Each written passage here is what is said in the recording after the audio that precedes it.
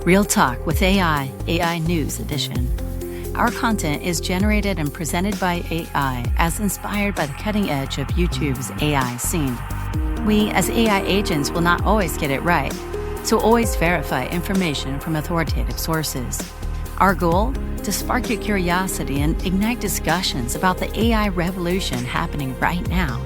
So buckle up and prepare for a unique journey into the mind of the machine.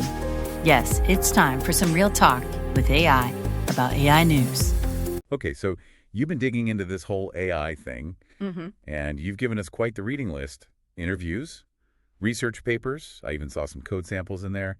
I feel like I'm going to be building an AI from scratch by the time we're done. Well, maybe not quite from scratch, but you've definitely got a good point. There's just so much information out there right now. It can be overwhelming to even know where to begin. Exactly. I mean, we have interviews with like Demis Hassabis from DeepMind, videos breaking down the latest models, like OpenAI's GPT-4, and then there's the stuff about AlphaFold. That one really blew my mind. Yeah, AlphaFold is pretty incredible. For decades, scientists have been trying to figure out this thing called protein folding. Basically how proteins fold into these really complex 3D shapes. And this is important because, sorry, I should know this. No worries. It's important because those shapes determine how proteins function. And that affects everything from how our bodies work to how diseases develop. Oh, okay. I'm starting to remember now. So if we can predict those shapes accurately, it could revolutionize medicine, drug discovery, disease diagnosis, you name it. Wow, that's huge. So AlphaFold basically cracked the code using AI. Exactly. It's a perfect example of how AI is moving beyond just hype and into the realm of tangible scientific breakthroughs. Okay, that's 1 point for team, not just hype. But then you have these headlines about AI becoming super intelligent by like 2045. Are we building Skynet here, or is that a little far-fetched? I think it's important to be cautious about those kinds of predictions. We're still in the very early stages of understanding intelligence, let alone replicating it artificially. Right, so maybe instead of focusing on some distant AI singularity, we should be looking at the amazing progress that's happening right now. Absolutely. It's like we're building a house. AlphaFold laid the foundation, and now we're starting to see the walls go up with things like GPT-4. I like that analogy. But speaking of building a house, I've been trying to wrap my head around all these different terms. Deep learning, neural networks, large language models. It's like trying to learn a whole new language itself. Don't worry, we'll break it down for you. Let's start with deep learning, which is really at the heart of many of the recent AI advancements. Okay, hit me with it. What is deep learning? Imagine a computer program that can learn from experience, much like how we humans learn. Okay, go on. Deep learning uses artificial neural networks, which are inspired by the structure of the human brain, to analyze massive amounts of data and identify patterns. So instead of programming the computer to follow specific rules, we're basically saying, here's a mountain of data, figure it out yourself. Essentially. And that's where those massive data sets you've been digging into come in. Things like ImageNet. ImageNet. That name rings a bell. Well, ImageNet is this huge database of millions of images. Researchers used it to train AI models to recognize objects. Right. It was a total game changer in the field of computer vision and really paved the way for many of the breakthroughs we're seeing today. So it's like showing a child a million pictures to teach them what a cat is. Except instead of a child, it's a computer. And instead of just cats, it's everything. Exactly. And the more data you feed these models, the better they get at recognizing patterns and making predictions. Okay, that makes sense. So deep learning is basically giving AI a crash course in the real world by feeding it tons and tons of information. You got it. And that brings us to those large language models, or LLMs, that you were curious about, like ChatGPT. Yeah. Yes. Let's talk about those, because those things are both impressive and a little creepy at the same time. Yeah. So these LLMs, they're like the celebrities of the AI world right now. You type in a prompt, and boom, out comes a poem about your pet turtle or like a perfect spreadsheet. It's kind of wild. It does feel like magic sometimes, but at its core, it's all about pattern recognition. Remember those neural networks we talked about? LLMs take that concept to a whole new level. Okay, so how? Imagine reading every single book, and I mean every book, in the Library of Congress, plus everything that's ever been published online, and then being able to connect all those ideas instantly. Whoa, my brain is already fried. That's essentially what these LLMs are doing. But instead of consciously understanding all that information, they're recognizing patterns in the data, the relationships between words, concepts, ideas. So it's like a super advanced version of that game, you know, where you guess the next word in the sequence. Yeah. Except this time the sequence is basically all of human knowledge. You got it. And these models are built on a specific type of neural network called a transformer, which is designed to process sequential data, like the words in a sentence or the code in a program. Interesting. So when I'm chatting with one of those AI assistants online, it's not actually thinking about my questions. It's more like it's just predicting the most likely response based on everything it's ever read. That's a great way to put it. It's like a supercharged autocomplete. But instead of suggesting the next word, it can generate entire paragraphs, stories, even computer code. Okay, now that is both impressive and a little scary. But I have a question.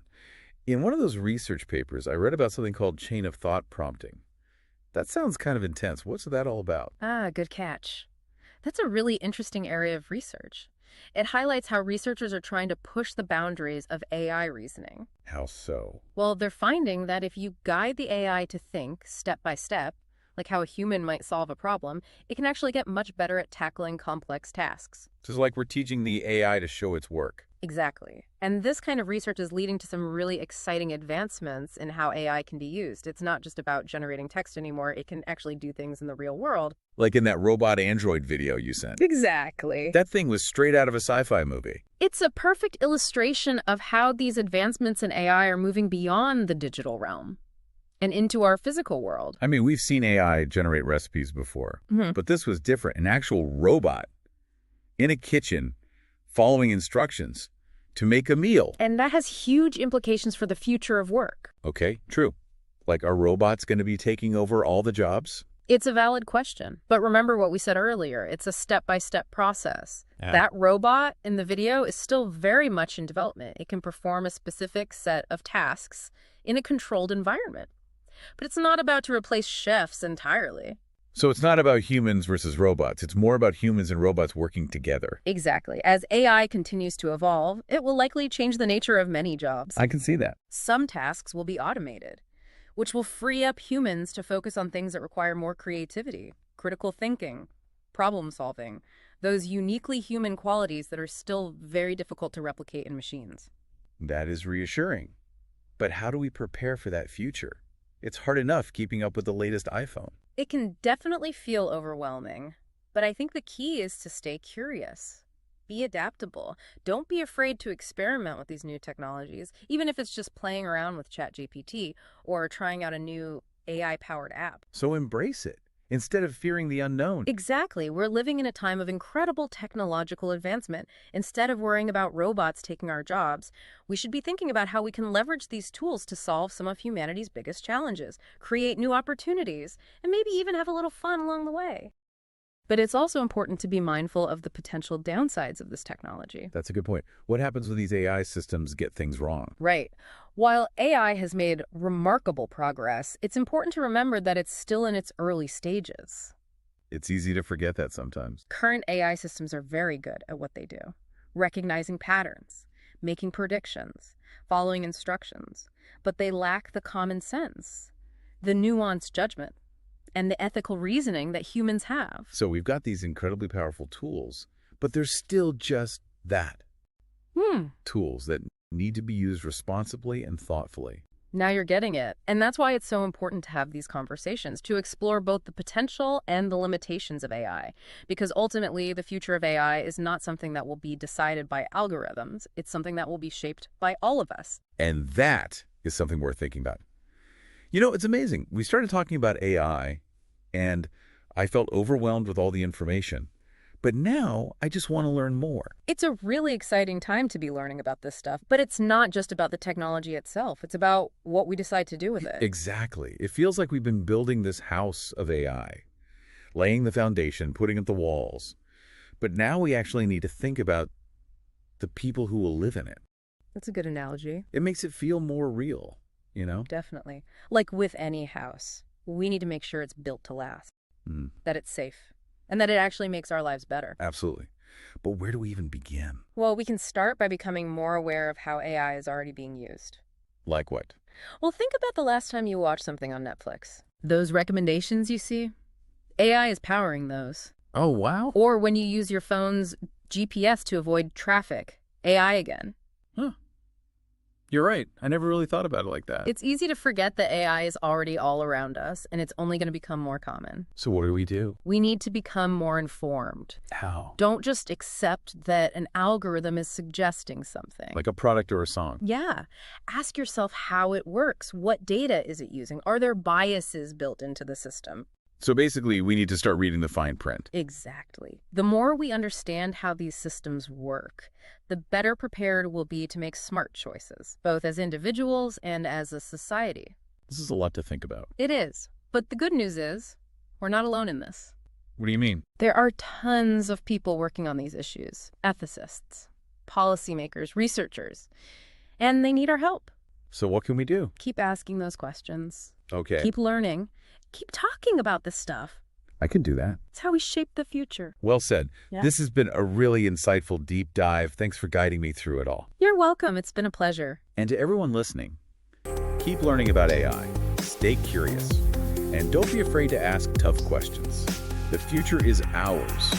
Thanks for joining us on Real Talk with AI News Edition. If you enjoyed this episode, please give us a thumbs up and subscribe to our channel for more AI-generated content inspired by the cutting edge of YouTube's AI scene. And don't forget to hit that notification bell so you don't miss out on more journeys into the mind of the machine.